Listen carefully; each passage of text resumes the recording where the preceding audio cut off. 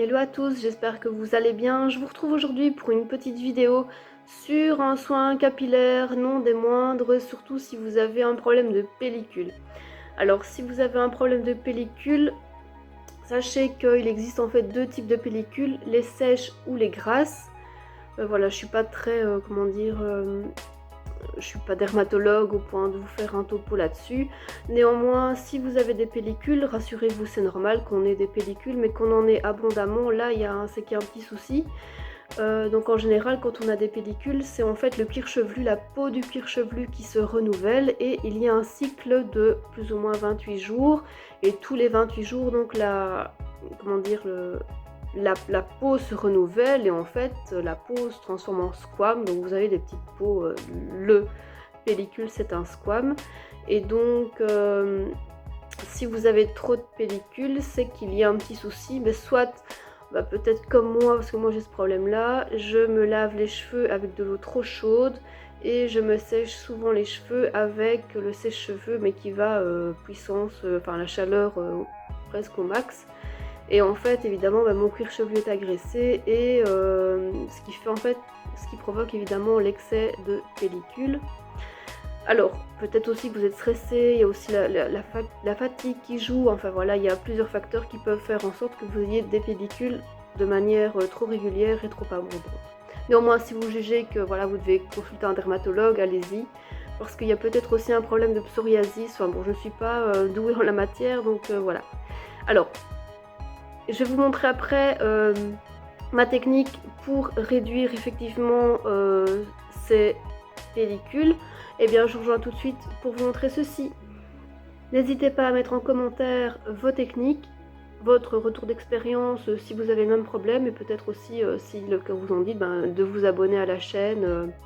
Voilà, ça me ferait plaisir en tout cas d'avoir au moins un retour. Grand merci. Voilà, alors au niveau de la technique, il faut d'abord se peigner les cheveux avec l'huile de noix que j'ai mis dans un verre. Je vais en fait tremper mes doigts et travailler donc mèche par mèche, en tout cas racine par racine, et essayer de masser au maximum mon cuir chevelu pour que l'huile s'imprègne correctement donc en tout cas dans le cuir chevelu.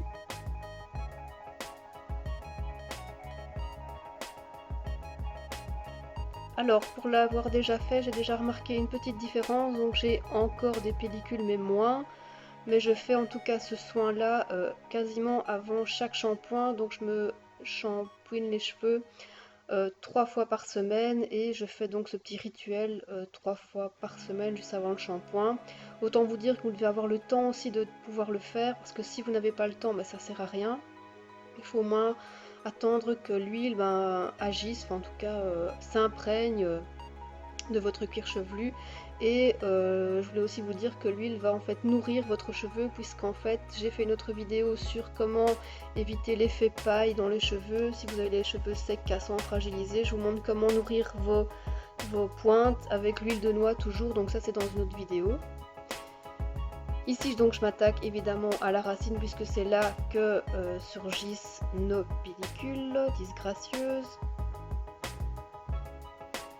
Donc voilà, il faut bien masser pour que ça s'imprègne. On en met bien partout, on insiste. Bon voilà, vous voyez c'est très gras, hein. C'est pas très glamour, mais voilà, c'est de l'huile aussi, hein.